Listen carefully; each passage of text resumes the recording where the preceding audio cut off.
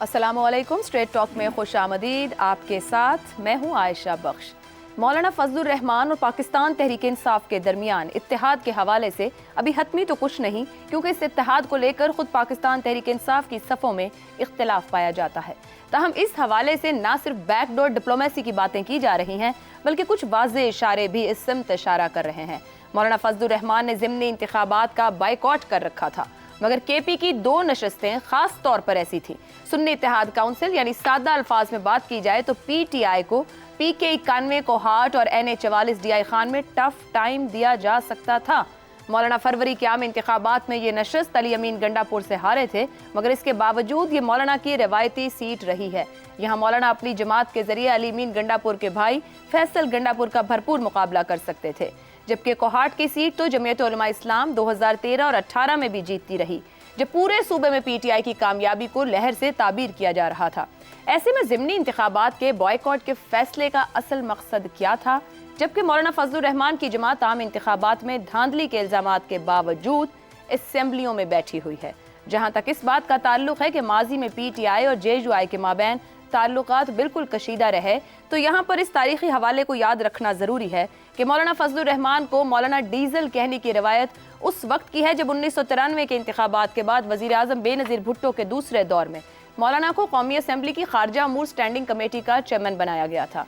1997 के इंतखाबात में मौलाना के साथ ये लफ्ज़ मंसूब किया गया और उस वक्त मौलाना को डीआई खान से नून लीग के उम्मीदवार उमर फारूक ने शिकस्त दी। मौलाना इसके बाद भी कभी नून लीग और कभी पीपल्स पार्टी के साथ इत्तेहाद करते रहे हैं। यह हकीकत सिर्फ मौलाना तक ही महदूद नहीं, खुद नून लीग और पीपल्स पार्टी के रहनुमा 88 से लेकर 99 तक एक दूसरे पर जिस तरह के बड़े बड़े इल्जामात लगाते रहे, वो पाकिस्तान की सियासी तारीख के तालिब इल्मों को आज भी अच्छी तरह याद है। पश्तून और बलोच कौम परस्त जमातों की भुट्टो दौर में पीपल्स पार्टी के बारे में राय क्या थी। बाद में यही एएनपी पीपल्स पार्टी की मदद से केपी में इख्तिदार में आई। 77 में पीपल्स पार्टी के खिलाफ एलानिया मार्शल लॉ को दावत देने वाले असगर खान ने 90 में बेनज़ीर के साथ इत्तेहाद करके नवाज शरीफ का मुकाबला किया था। नवाज शरीफ को पहली मरतबा वज़ीर आज़म बनवाने में जमात इस्लामी का IJI में किरदार रहा। बाद में इसी जमात इस्लामी ने नून लीग के खिलाफ भरपूर सियासत की। मई 2007 के बाद MQM के साथ कभी भी इत्तेहाद का ऐलान न करने वाली नून लीग अब दूसरी मरतबा उसी MQM के साथ इख्तिदार में है। इन मिसालों का मकसद ये है कि मुस्तकबिल करीब में बेशक जेयूआई और पीटीआई का इत्तेहाद हो ना हो, मगर क्या ये उज़्र दुरुस्त होगा कि माजी के कशीदा ताल्लुकात के बायस इन 2 जमातों का इत्तेहाद नहीं हो सकता है। इसी मामले पर गुफ्तगू करेंगे कि आया मुस्तकबिल में ये इत्तेहाद मुमकिन है या फिर कुछ वजूहात की बिना पर जिस तरीके से एक दूसरे के बारे में गुफ्तगू की जाती रही ये मुमकिन नहीं रहेगा। पैनल में हमारे साथ हैं हसन निसार, शहजाद चौधरी, अबसार आलम और इफ्तिखार अहमद। प्रोग्राम का सवाल आप सबके लिए। मारूजी हालात का जबर लातादाद नज़ीरें माजी के बदतरीन सियासी हलीफ बन गए। क्या मारूज पीटीआई और जेयूआई को भी हलीफ बना देगा? हसन निसार साहब, जो हमारे ज़मीनी हक़ाइक़ हैं, क्या पाकिस्तान तहरीक इंसाफ और जमीयत उलमा इस्लाम आने वाले वक्त में एक दूसरे के साथ जद्दोजहद करते नजर आएंगे? पहली बात तो ये है कि मैं पहली बार आपको करेक्ट करने की जिसारत की इजाज़त चाहता हूँ। इजाज़त है? जी जी कहिए। बिल्कुल। अच्छा, ये मौलाना डीजल को पहली बार मौलाना डीजल की इस्तिलाह इनके लिए हमारे एक सीनियर इंतहाई ब्रिलियंट कॉलमिस्ट नज़ीर नाजी मरहूम ने शरारतन इस्तेमाल की थी और नवाए वक्त में उस वक्त वो लिखा करते थे। बाद में वो एक और इदारे में गए, बाद में हम दोनों फिर एक और इदारे में चले गए। सो इसकी तस्सीह कर लें और ये पॉपुलर हो गई। ही वॉज एन एक्सेलेंट, मतलब सफ़े अव्वल के वो सरदार किस्म के। मतलब ये जिस नाम का भरपूर इस्तेमाल किया इमरान खान साहब ने, ये नाजी साहब का दिया हुआ तोहफा था मौलाना को। जी, नाजी साहब का। बाकियों ने भी अगर किया है तो वहां से लेके किया, लेकिन हमारे यहाँ चूंकि ज़र्फ की कमी है हम बताते नहीं हैं। सही सही सही। ख़ास तौर पे हमारे अपने पेशे में ना ये थोड़ा ज़र्फ कम है। अच्छा, अब आ गया आपका सवाल। तो भाई, अगर पीपल्स पार्टी और नून लीग को नज़रिया ज़रूरत बेनज़ीर भुट्टो मरहुमा और माओ जैसी नुसरत भुट्टो के लिए ये जो ज़बान इस्तेमाल करते रहे लाहौर में, मेरे में हिम्मत नहीं है, खुदा की कसम। अच्छा, एक बात तो अगर इन दोनों को समझ आ सकती है, नजरिया ज़रूरत इन्वर्टेड कॉमर्स की समझ आ सकती है, और खून की लकीर अबूर करके हाथ में ला सकते हैं। अब खून की लकीर की तरफ मैं बाद में आता हूं। नून लीग नवाज शरीफ के अब्बाजी को बदतमीजी से धक्के दे देकर डाले में डाल के ले जाना नून लीग भूल गई। अच्छा, जरदारी साहब जबान कटवाना भूल गए। तो भाई पीटीआई में और जेयूआई में तो मौलाना डीजल, ये तो एक शरारती जुमला था। नाजी साहब बड़े विटी, बहुत पढ़े लिखे आदमी, हालांकि फॉर्मल एजुकेशन उनकी ना होने के बराबर थी, तो उन जैसा कॉलम निगार तो शायद अब भी नहीं है। तो इनके दरमियान कौन सी ऐसी बात है? छेड़छाड़ एक ना बस इक़्तिदार का चक्कर था। तो वैसे एक ज़माने में इससे पहले भी इनके दरमियान बड़ा अच्छा ताल्लुक़ रहा है मौलाना फजलुर रहमान के, तो कुछ भी नहीं। मगर हसन साहब, हालिया 15-20 साल के अंदर तो हम जब देखें बहुत तनकीद और तंज करते दोनों जानिब से। मौलाना साहब भी बहुत कहते रहे इमरान खान को, और अब ये खालिया मुफाहिमत से वो दिल बर्दाश्ता भी हैं जो पीडीएम की सूरत में उन पे बीती है। मेरी गुजारिश सुन लें, जितनी गलीज ज़बान दो बीबियों के बारे में ये दो भाई इस्तेमाल करते रहे, और फिर इनकी शय पे शेख रशीद असेंबली में, अब मैं वो भी दोहराते हुए मैं शर्मा रहा हूं। तो अगर इतना कुछ भूला जा सकता है, ठीक, तो ये तो कुछ भी नहीं। There is nothing between Fazlur Rahman, Maulana Fazlur Rahman और मौलाना इमरान खान। अच्छा, ये भी सही हो गया, ठीक है जी, दुरुस्त हो गया। तो ये हलीफ बन सकते हैं, मुमकिन है ये बिल्कुल। इफ्तिखार साहब, डीआई जी ठीक, इफ्तिखार साहब, डीआई खान और कोहाट के जो दो ज़िमनी इंतखाब हैं, ये अब सुन्नी इत्तेहाद काउंसिल के प्लेटफॉर्म से दोनों लड़े गए हैं, और जो उनके पास नशस्तें हैं, कौमी असम्बली और एक सूबाई असम्बली की। इन हलकों की इंतखाबी हरकियात देखी जाएँ तो यहाँ जमीयत उलमा इस्लाम अगर बाइकआउट ना करती तो एक टफ कंपटीशन हो सकता था, मगर खुला स्पेस मिला है जेयूआई के बाइकआउट की वजह से। क्या ये सियासी फैसला ही था जेयूआई का बाइकआउट का ज़िमनी इंतखाब का? असेंबलियों में वो बैठे हैं। बिल्कुल, फैसले ऐसे होते हैं अपने अपने मफादात के ताबे। नहीं, बाइकआउट कैसे मफाद में होगा? गवर्नर कौन है खैबर पख्तूनख्वा में? आप जानते हैं। हाँ, तो ठीक है, फिर हमें सब बात को देखना। मैं आपको एक बात आज शेयर करना चाहता हूँ जी। जो आप बात आपने कही ना कि ये दोनों सियासी जमातें करीब आ रही हैं, बड़ी अच्छी बात है। पाकिस्तान के अंदर जो खिंचाव है ये कम होना चाहिए सियासी पार्टियों के दरमियान।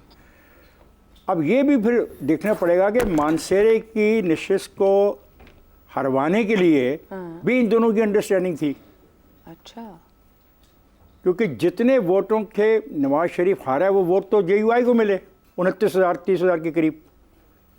तो लोग तो ये कहते हैं कि उस वक्त भी ये इन दोनों के दरमियान तय था। तो खैर अभी तो एक और बात करें, क्या इस इलेक्शन मतलब 8 फरवरी के इलेक्शन से पहले ही जेयूआई खफा थी मुस्लिम लीग नून से? मुझे नहीं पता खफा थी या नहीं। नताइज के बाद नहीं, मैं खफा नहीं, कोई भी गलत बात है। हम ऐसे बातें करते हैं ना, हमें पता होता है ना हम जो आप लफ्ज़ क्या इस्तेमाल करती हो, हरकियात क्या होती है? एक लफ्ज़ इंतखाबी हरकियात, हाँ, क्या ग्राउंड पे जो भी इलेक्टोरली हो रहा है। देखिए, मुझे तो जब वो इलेक्शन हारा मियां नवाज शरीफ मानसेरे का, तो मैंने जब देखा अगर उसके जेयूआई का कैंडिडेट वहाँ पे ना होता तो नवाज शरीफ वहाँ से इलेक्शन नहीं हार सकता था, बिल्कुल नहीं। और फ़ायदा कोई नहीं हुआ जेयूआई को, क्या फ़ायदा हुआ?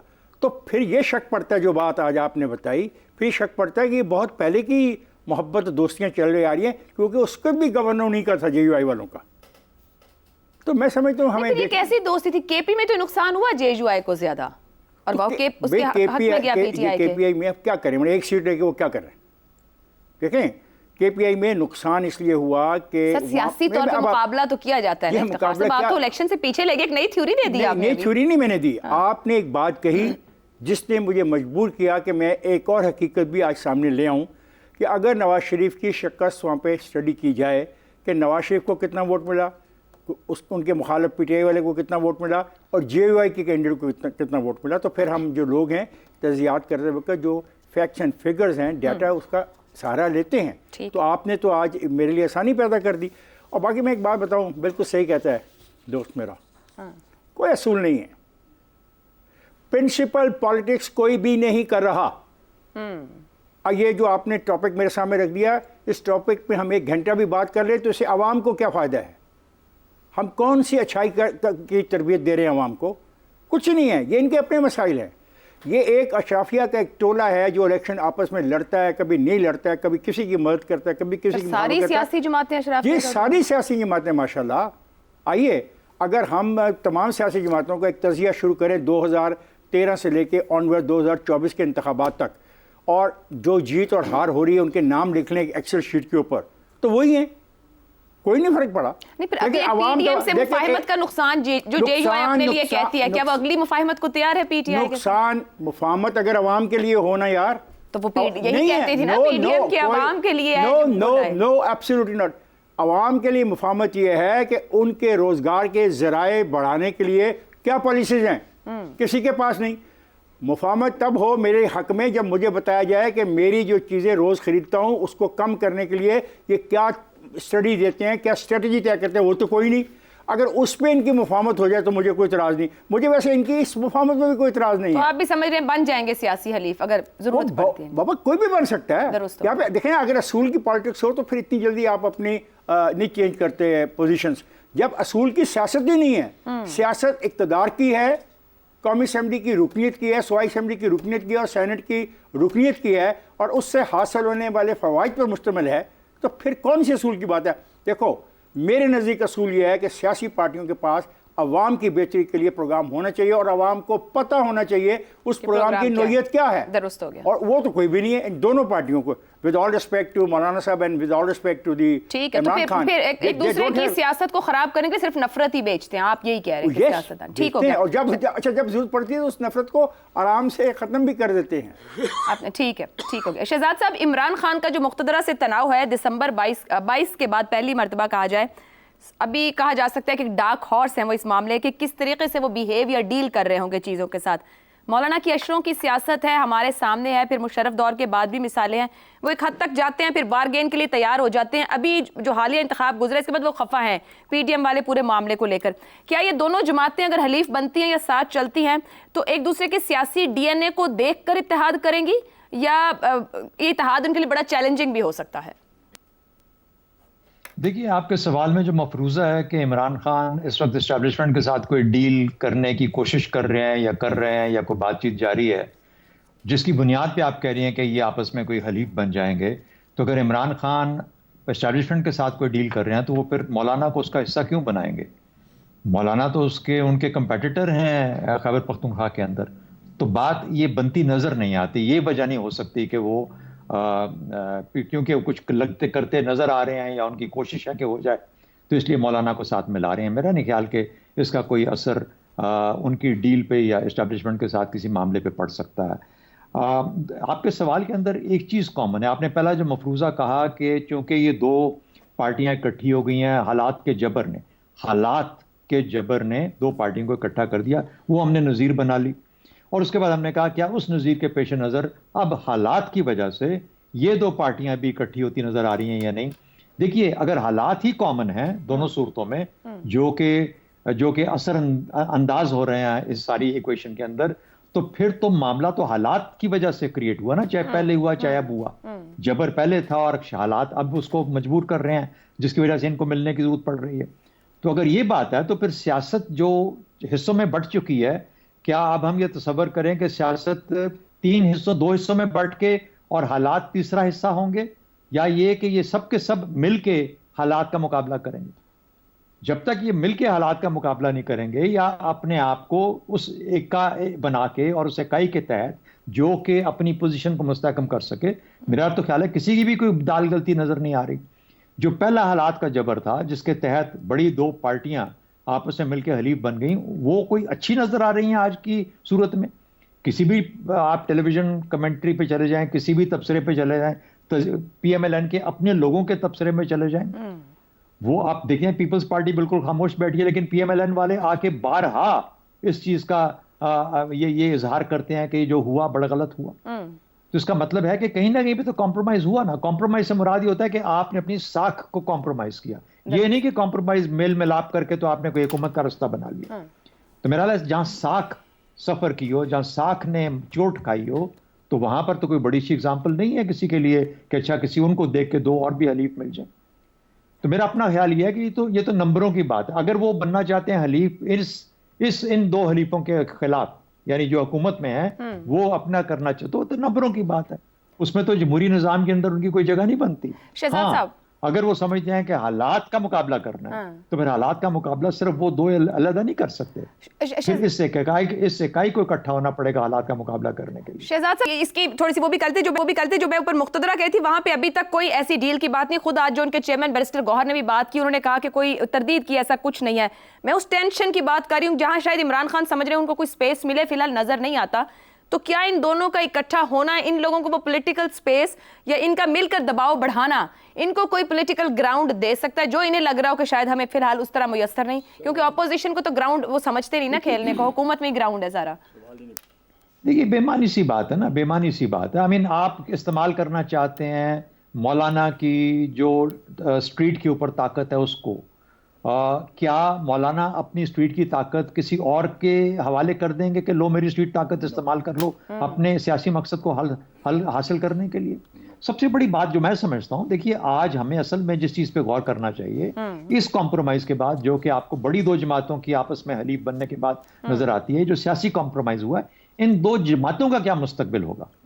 इससे तो चले निकल गए, 2 साल हैं, 4 साल हैं, 5 साल हैं, ये तो निकल गए। इसके बाद इनका क्या बनेगा? ये जो इनके बाद आने वाली जो इनकी पौध है, जो आगे जो आ रहे हैं लोग सियासत के अंदर, इनकी लीडरशिप के अंदर, ये किस किस्म की पार्टियां लेके आगे जाएंगे? क्या फिर से हम कहेंगे कि ओहो हमारे बड़ों से गलती हो गई, उन्होंने गलत किया था? सही। मेरा अपना ख्याल ये है कि पीएमएलएन खास तौर पर बहुत मुश्किल के अंदर है। पीपल्स पार्टी बड़े तरीके से अपने आप को बचा के रखा हुआ है उसमें, और बिल्कुल सामने नहीं आते इस तरह की किसी चीज के अंदर। वो शायद फिर बचा के अपनी जगह बना लें, क्योंकि उनकी सियासत भी इसी किस्म की है। लेकिन पीएमएलएन जिस किस्म के पोजीशंस लेती रही है, उसके बाद इन कॉम्प्रोमाइजेस के बाद जो पीडीएम की शक्ल में आया, और जो इनको आप हालात के जबर के नीचे कॉम्प्रोमाइज कहते हैं, मेरा ख्याल है कि अगर इन्होंने अपने आप को दुरुस्त ना किया तो फिर रिकवरी इनकी बहुत मुश्किल हो जाएगी। मेरा ख्याल है ये नक्शे बदलने जा रहे हैं सियासत के, जो इनको गालिबन जिनको हैंडल करना ज्यादा जरूरी है मौलाना फजलुर रहमान साहब या किसी और पार्टी के लिए, बजाय इसके कि हम उन दोनों की हलीफ बना के इन हलीफों के मुकाबले में खड़ा करें। ठीक हो गया। मगर जीयूआई की तरफ से बड़े सख्त बयानात आज हाफिज अब्दुल्ला और हाफिज हुसैन अहमद के मुस्लिम लीग नून के राना सनाउल्लाह को दिए गए हैं कि हम मानने को तैयार, मतलब अपनी खफगी का इजहार कर रहे हैं। अब साहब जेयूआई के मुकाबले में पीटीआई के साथ यानी मुबैना तौर पर धांधली की बात की जाए तो उनके क्लेम्स भी ज्यादा और मुतासर भी ज्यादा हुई। वो असेंबली में बैठी है, खुद जेयूआई भी असेंबली में बैठी हुई है। मगर इसके फिर इस बाइकआउट का क्या मतलब था? ज़िमनी इंतखाब का कोई मंतक थी बाइकआउट करने की? कोई फायदा हुआ इसका, या आने वाले दिनों में इस बाइकआउट का कोई फायदा हो सकता है? मेरा नहीं ख्याल कि आने वाले वक्तों में कोई फ़ायदा हो सकता है। बाइकआउट का फ़ायदा तो कभी भी नहीं हुआ, माजी भी देख लें। उन्होंने बाइकआउट शायद इसलिए किया हो कि अपना एहतजाज करने का एक तरीका है, उन्हें उम्मीद नहीं होगी कि वो कोई सीट जीत सकते हैं, तो इसलिए उन्होंने उस पर कॉन्टेस्ट करना मुनासिब नहीं समझा। ख़ास तौर पे केपी में अब सूबाई हुकूमत अली मीन गंडापुर की है, जो मौलाना फजलुर रहमान का डायरेक्ट राइवल है, तो इसलिए उन्होंने मुनासिब समझा होगा कि वो इंतखाबात का बाइकआउट कर दें, क्योंकि इस सूबाई हुकूमत की मौजूदगी में, सूबाई वज़ीर आला की मौजूदगी में उन्हें उम्मीद नहीं थी कि वो कोई सीट जीत सकेंगे, और बहुत अहम सीटों पर वो हार गए। तो मेरा ख्याल है कि उनके लिए ये सियासी तौर पर यह मुनासिब था कि वो बाइकआउट करते। तो आपके इसी बात को सामने रखा जाए तो जेयूआई के लिए सियासी तौर पे भी ये नामुनासिब रहेगा कि वो किसी वक्त में ज़रूरत के तहत भी पीटीआई के साथ कोई हलीफ बन रहे हों या कोई इत्तेहाद कर रहे हों? नहीं, मेरा नहीं ख्याल। सियासी जमातों के लिए एक दूसरे का हलीफ बनना या हरीफ बनना कोई नामुनासिब बात नहीं होती। सियासत इसी का नाम है, आर्ट ऑफ पॉसिबिलिटीज़ है। तो असूल की यहाँ बहुत बात हुई है, और असूल होने चाहिए सियासत में, इसमें कोई शक नहीं है। और जितने ज़्यादा असूली सियासत होगी उतना पाकिस्तान को फ़ायदा भी होगा। लेकिन अगर आप ये समझें कि असूली सियासत का ये मतलब है कि जिसको आप तनकीद करते रहे हैं सारी उम्र, उसके साथ आप बैठ के हाथ मिला के कुछ सियासी मामलात पे आप एक कॉमन ग्राउंड नहीं क्रिएट कर सकते, तो ये मेरा नहीं ख्याल, ये सियासत नहीं है। ये हम दानिश्वरों के, मैं तो हर दानिश्वर नहीं हूँ, दानिश्वरों के दिमागी फतूर का नतीजा तो हो सकता है, लेकिन जो अमली सियासत है, गली मोहल्ले की सियासत है, जो कौम के काम करने की, आगे जाने की सियासत है, मिनिमम कॉमन एजेंडा की बात है, किसी चार्टर ऑफ डेमोक्रेसी की बात है, उसमें सियासी जमातों को कहीं ना कहीं मिल के बैठना पड़ता है। तो असूली सियासत तो ये है ना हमारी, कि देखें शेख रशीद अगर नवाज शरीफ का भोंपू बन के नुसरत भुट्टो और बेनज़ीर भुट्टो पे तनकीद करता था, तो वो हमें याद है 40 साल पुरानी बात। अभी पिछले साल तक वो जिस तरह उसने इस मुल्क को इमरान खान के कहने पे आग लगाई, लोगों के जहनों में नफ़रत भरी, नई नस्ल के, पहले पुरानी नस्ल को ख़राब किया, बुज़ुर्ग नस्ल को ख़राब किया, मिडिल एज नस्ल को ख़राब किया, फिर नई यंग जनरेशन, 3 नस्लों को ख़राब करते हुए मैंने खुद शेख रशीद को देखा है मुख्तलिफ लोगों के साथ, पहले नवाज शरीफ के साथ, फिर परवेज़ मुशर्रफ के साथ, फिर इमरान खान के साथ। लेकिन याद हम सिर्फ करेंगे वो जो नवाज शरीफ के साथ उसको किया था, ये भी उसूल मुनासिब नहीं है। और जहाँ तक नवाज शरीफ ने जो 90s में सियासत की, बेनज़ीर भुट्टो ने, वो पाकिस्तान, उस वक्त जो नया पाकिस्तान है, ये मौजूदा पाकिस्तान जो है, उस वक्त इसकी उम्र कोई 15-16 साल थी। उस वक्त जमहूरियत भी इस मुल्क में, आइन बने हुए भी कोई 15-16 साल ही हुए थे, जिसमें 11 साल मुअत्तल रहा था। तो उस वक्त हम तो ये एक्सपेक्ट करते थे कि जी बड़ी आला रवायत यहाँ पे कायम हो जानी चाहिए थी। लेकिन आज उस आइन को बने हुए 40-45 साल हो गए हैं, मौजूदा पाकिस्तान को भी 40-45 साल हो गए। लेकिन फिर हम देखते हैं कि 30-40 साल की उम्र में जो नवाज शरीफ और बेनज़ीर भुट्टो ने गलतियां की थी, इमरान खान 70-72 में वही गलतियां कर रहा है। और हम उसको उठा के सर पे फिर रहे हैं कि हा इमरान खान और शेख रशीद 90 के, नवाज शरीफ और शेख रशीद। अब सर साहब, आपकी इसी बात से एक सवाल जहन में आ रहा है, हम गलतियां दोहराते हैं, 80 की हमने 90 में दोहराई, 90 की जाके 2010 के बाद भी हम दोहरा रहे हैं। और अभी आपने खुद कहा, बल्कि तमाम नहीं कहा, कि इम्कान रहता है, सियासत इज आर्ट ऑफ पॉसिबिलिटीज। तो जेयू आए क्या गलती दोहराएगी एक और मुफाहमत करके? क्योंकि अभी उनके लोग कह रहे हैं कि जो हमने मुफाहमत से, जिन्होंने हमसे समेटना था वो समेट लिया, अब हम नहीं मानेंगे, मनाने निकले हैं, यानी कि अपनी मानेंगे, किसी की नहीं मानेंगे। वो कोई गलती दोहराएंगे? हाँ जी कहिए। सियासी जमातों की आपस में मुफाहमत होना गलती कभी भी नहीं है, अगर आप जमहूरियत को और आइन को मजबूत करना चाहते हैं। नहीं, अगर करना चाहते हैं तो फिर क्या ये भी इफ्तिखार साहब ने बात की, वाकई आइन को मजबूत करना चाह रहे हैं या जाती मफादात और सियासी अपने जाती मफादात और मामलात के लिए? देखिए, सियासत जो है वो पावर गेम है। ये बात, ये कोई गुनाह नहीं है ये कहना और तस्लीम करना। सियासत होती ही पावर के लिए है, और पावर में आप इसलिए जाते हैं कि आप ये दावा करते हैं कि मैं आवाम की बेहतरी के लिए काम करूंगा। आप 5 साल काम करते हैं, फिर आवाम के पास जाते हैं कि मैंने बेहतर काम किया या नहीं किया। हम सब ये कहते हैं जिसके हाथ में किताब है आइन की, उससे मुफाहमत मत करो। अगर उससे मुफाहमत करोगे तो तुम बुज़दिल हो, तुम असूलों का सौदा कर रहे हो। ये भी फैसला सियासतदान खुद ही करता है कि मैंने कब कहां मुफाहमत करनी है। क्या ये मेरा मतलब है, उस पे कोई मुफाहमत नहीं, हमारी दानिशवरी है। ठीक है जी, ठीक हो गया जी। मैंने कहा जिस मुफाहमत की आपने जिक्र की है वो अवाम के उस पे नहीं होती है, वो भी सियासतदान का जाती फैसला होता है कि वो उसने करनी है। नहीं, ये तो आप अपने आप तो मतलब आप महान हैं, आप बयान दे के आगे बढ़ जाए तो बढ़ जाए, मैं तो आपसे मुत्तफिक नहीं हूँ। ठीक है, मैं आप बिल्कुल गलत बात कर रही हैं। आप मुझसे बिल्कुल अवाम के लिए देखें, निजाम को चलने नहीं देंगे आप। जब आप अवाम के नुमाइंदों को हम अकाउंटेबल अवाम बनाए ना, एंकर पर्सन नहीं बनाएंगे, जो वोट देते हैं वो बनाएं। बिल्कुल सही, बस सीधी सी बात है। इस उसूल पे अमल कर लें, 10-15 साल में ये मुल्क बेहतर हो जाएगा। एक ब्रेक पे जाना, 10-15 साल दें इस मुल्क को। एक ब्रेक पे जाते हैं, ब्रेक से हम बात करेंगे। पंजाब में नो प्लास्टिक मुहिम का आगाज किया गया है, क्या आवाम को इस मुतालिक आगाही भी दी जा रही है? इस ब्रेक के बाद प्रोग्राम में एक बार फिर खुशामदीद। गुज़िश्ता रोज़ पाकिस्तान समेत दुनिया भर में ज़मीन से मोहब्बत का आलमी दिन मनाया गया। इस साल के अर्थ डे के आलमी मौजू प्लास्टिक बामुकाबला ज़मीन रखा गया था। प्लास्टिक और इससे बनने वाली अशिया ने जहां इंसानों को एक बड़ी सहूलत फराहम की, वहां इनकी और पूरे अर्ज की सेहत को एक बड़ा खतरा भी लाहक कर दिया है। हर साल लाखों टन प्लास्टिक का कचरा न सिर्फ समंदर को आलूदा करता है बल्कि ज़मीन के माहौल पर भी शदीद मनफी असरात मुरत्तिब करता है। इस साल माहौलियाती तहफ़्फ़ुज़ की मूवमेंट्स इंसानों और कुर्रार्ज़ की सेहत के लिए प्लास्टिक के खात्मे का मुकाबला कर रही हैं, मुतालबा कर रही हैं। पाकिस्तान का शुमार दुनिया के इन ममालिक में होता है जहाँ पर प्लास्टिक का सालाना फ़ीकस औसत इस्तेमाल बहुत ज़्यादा है। आबादी के लिहाज से दुनिया के 5वें सबसे बड़े मुल्क में हर साल तकरीबन 20 मिलियन टन ठोस कूड़ा करकट पैदा होता है। इस 20 मिलियन टन सालाना कूड़े में से करीबन 60% कूड़े के तौर पर फेंक दिए जाने वाला प्लास्टिक होता है। साबिक विफाकी वजीर बराए माहौलियाती तब्दीली शहरी रहमान के मुताबिक मुल्क में पैदा होने वाले प्लास्टिक के कूड़े के हजम K2 जितने ऊंचे 2 पहाड़ों के बराबर बनता है।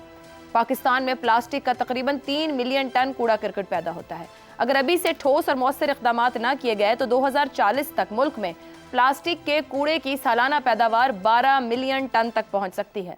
वज़ीर आला पंजाब मरियम नवाज ने अर्थ डे के मौके पर पंजाब में नो टू प्लास्टिक मुहिम का आगाज किया है। 5 जून से पंजाब भर में प्लास्टिक थैलों के इस्तेमाल पर पाबंदी होगी। मरियम नवाज के मुताबिक पंजाब को सरसब्ज बनाने, स्मोक और जहरीले धुएं से पाक करने और इंसानी सेहत बेहतर बनाने के तारीखी इक़दाम का आगाज कर दिया है। प्लास्टिक से बने थैले और दीगर अशिया जलाने से पैदा होने वाला जहरीला धुआं कैंसर और दीगर बीमारियां फैला रहा है। वज़ीर आला ने आवाम से अपील की है कि तमाम लोग प्लास्टिक बैग्स का इस्तेमाल न करने की मुहिम का साथ दें। घरों में भी प्लास्टिक बैग्स और प्लास्टिक की दीगर अशिया, खासतौर पर खाने पीने के बर्तन इस्तेमाल ना करें। वज़ीर आज़म शहबाज शरीफ के मुताबिक हुकूमत पाकिस्तान प्लास्टिक के जिम्मेदाराना इस्तेमाल के हवाले से मौसर इक़दाम कर रही है, मगर तशवीशनाक बात यह है कि माजी में भी प्लास्टिक बैग्स पर 6 दफ़ा पाबंदी का इतलाक हो चुका है। हालिया पाबंदी अगस्त 2019 में वफाकी हुकूमत ने इस्लामाबाद और सिंध हुकूमत ने पूरे सूबे में लगाई थी, लेकिन हर कुछ अरसे बाद पाबंदी लगाने वाले और पाबंदी करने वाले ही पाबंदी करना भूल जाते हैं। हुकूमत एक मरतबा फिर ये अज़्म किए हुए है कि अब की बार नो प्लास्टिक से छुटकारा हासिल करके ही रहा जाएगा। देखना यह है कि क्या इस बार ये पाबंदी तादेर रह पाएगी, और सबसे अहम सवाल ये कि क्या इसका फ़ायदा भी होगा। पैनल के सामने रखेंगे कि क्या हुकूमतों की डायरेक्शन ठीक है, अवाम साथ देंगे और मामले को समझ पाएंगे। सवाल इस तरह से, पंजाब में नो टू प्लास्टिक मुहिम का आगाज, 12 करोड़ के सूबे में नाखानदगी, गुर्बत और पसमानदगी के डेरे। क्या आवाम सिर्फ पाबंदी के बायस ये समझ पाएंगे कि प्लास्टिक बैग्स इस्तेमाल नहीं करने, प्लास्टिक का इस्तेमाल कम से कम करना है? हसन निसार साहब। देखें, बात सुने, मैं तो मौजूदा हालात में ये इंतहाई फजूल, घटिया, सतही और लग़व किस्म का इनिशिएटिव है। ये तो ऐसे ही है जैसे आप भूखों को डाइटिंग का कोर्स कराना अच्छी बात है, या कोई टेबल मैनर्स भूखों को आप सिखाना शुरू कर दें। देखो, बात सुनो, मुल्क का नाम है इस्लामी जमहूरिया पाकिस्तान। 76 साल बाद प्लास्टिक बैग से पाक करने का तीसरी चौथी बार ख्याल आया, दुर फिटे मुंह। अच्छा, इस्लाम में सफाई निस्फ ईमान है, अब ख्याल आया, दुर फिटे मुंह। अच्छा, अब रह गया ये तो हुजूर, किक बैक है ये मुल्क, किक बैकिस्तान है, कमिश्नस्तान है, पाकिस्तान की बात हो रही है ना, पाकिस्तान, या रिश्वतस्तान है।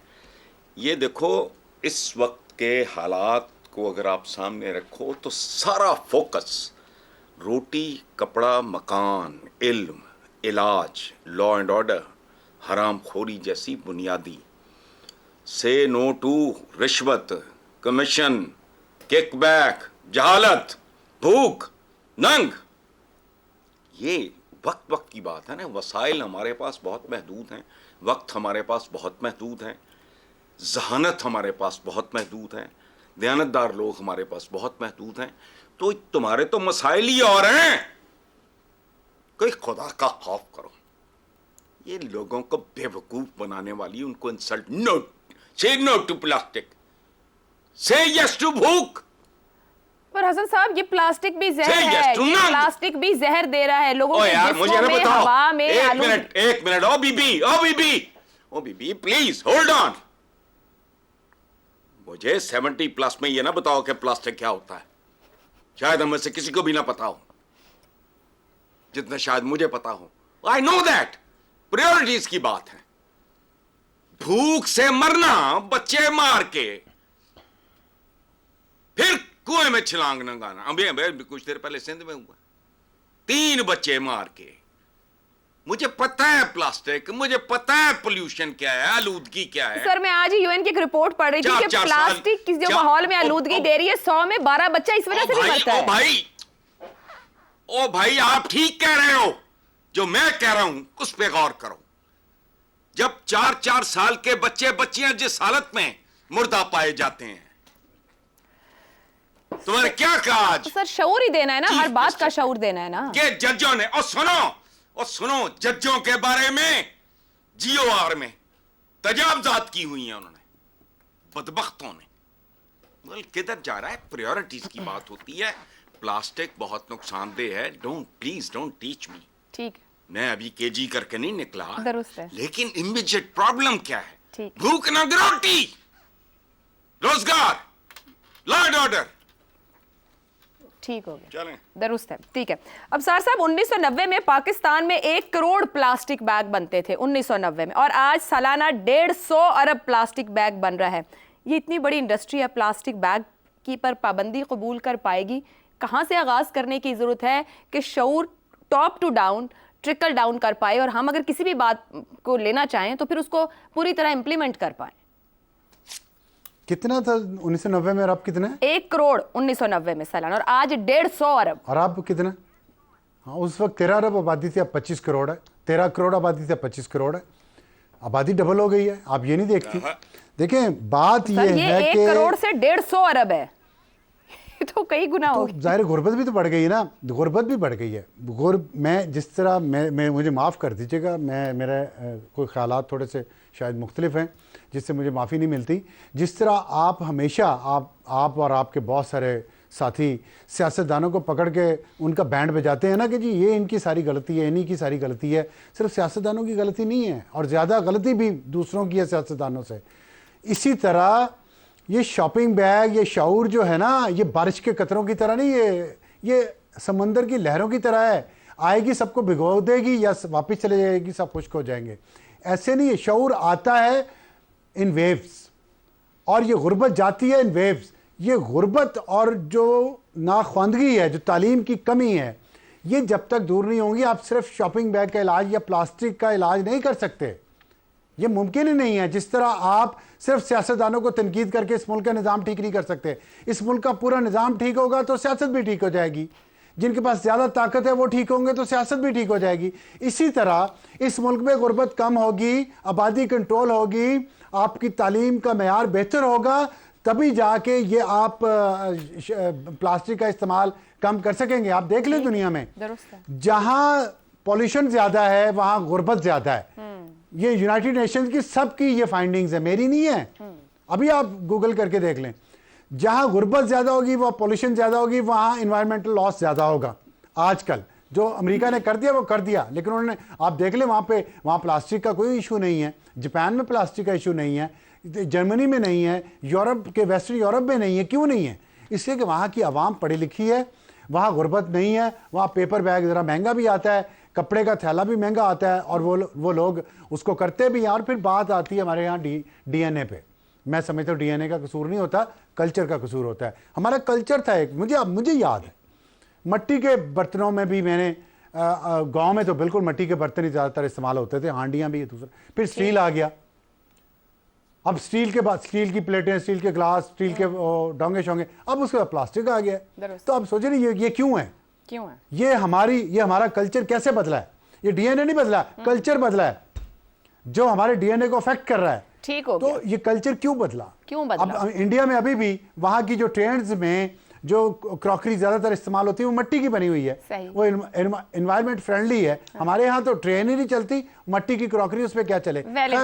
ये चीजें जो है ना, ये एक होलसम अप्रोच होनी चाहिए, पीस मील में कामयाब नहीं होगी। दुरुस्त हो गया। क्या वाकई वजीर आला होलसम अप्रोच ली है, या ऐसे ही एक नारा लगा दिया है जो माजी में भी हुकूमतें लगाती रही? शहजाद साहब और इफ्तिखार साहब की राय जानेंगे इस ब्रेक के बाद।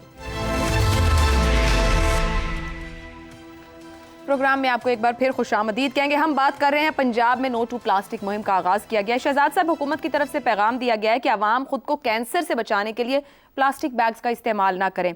यह हुकूमत प्लास्टिक बैग्स बनाने वाली कंपनीज या इंडस्ट्रीज को रेगुलराइज क्यों नहीं करती? क्या आवाम को ये पैगाम दे देना इनफ है, और क्या सही वक्त पर सही डायरेक्शन दे रहे हैं आवाम को?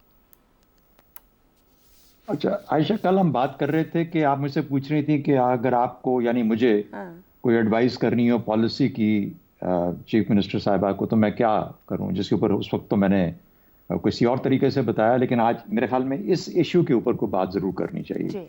एक तो ये कि नारा बड़ा अच्छा है लेकिन है अंग्रेजी में, इसको समझने के लिए या उर्दू में या पंजाबी में ट्रांसलेट करने की जरूरत है, ताकि पंजाबी समझने वाले, जो कि पंजाब की वज़ीर आला हैं, तो वो लोगों तक आसानी पहुंच जाए। इस वक्त जो उन्होंने किया है नारा, वो ये किया है ना प्लास्टिक। अब इससे तो कुछ नहीं, ना प्लास्टिक या ना प्लास्टिक, तो ना प्लास्टिक ना व्हाटएवर, जो भी उन्होंने करना।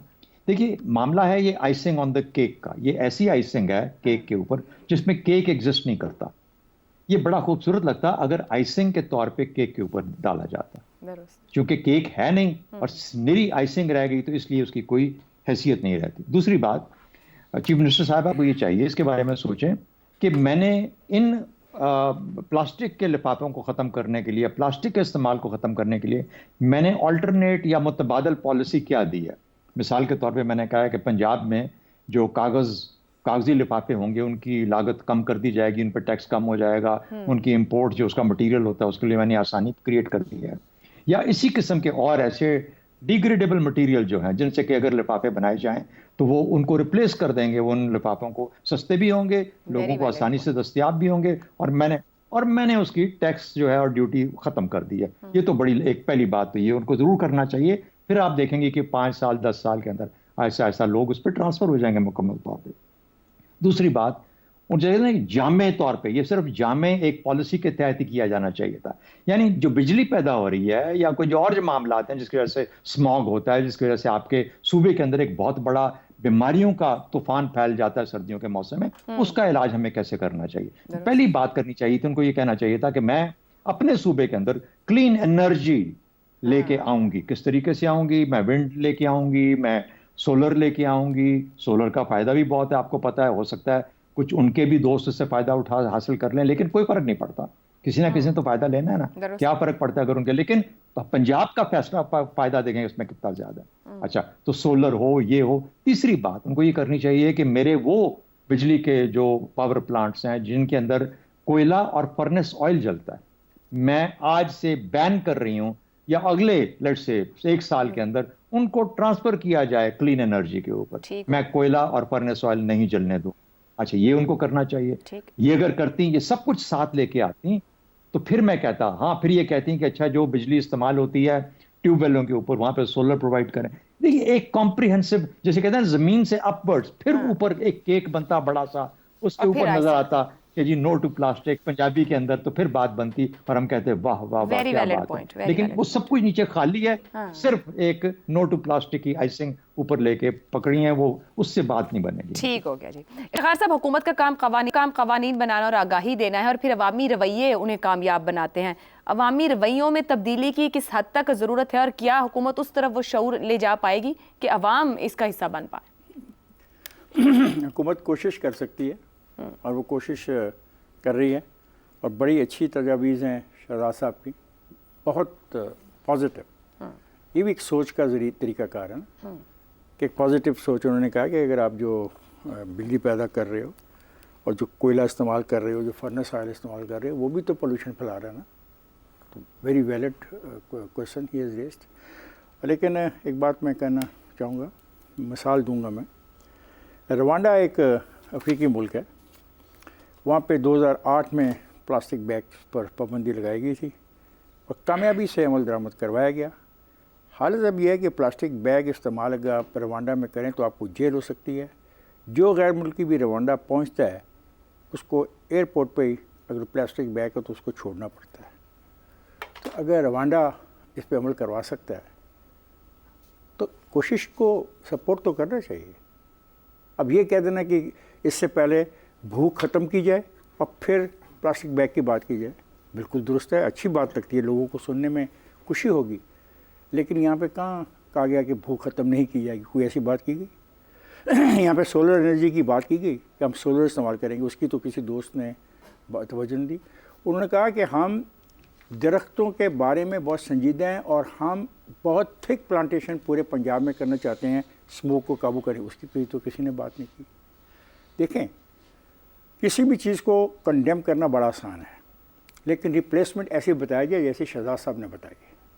उन्होंने एक रास्ता तो दिया है ना, पर अगर मुझसे वो कोई बात करेगा तो मैं कहूँगा जो शहजाद साहब का मौक़िफ़ है उस पर भी गौर करो।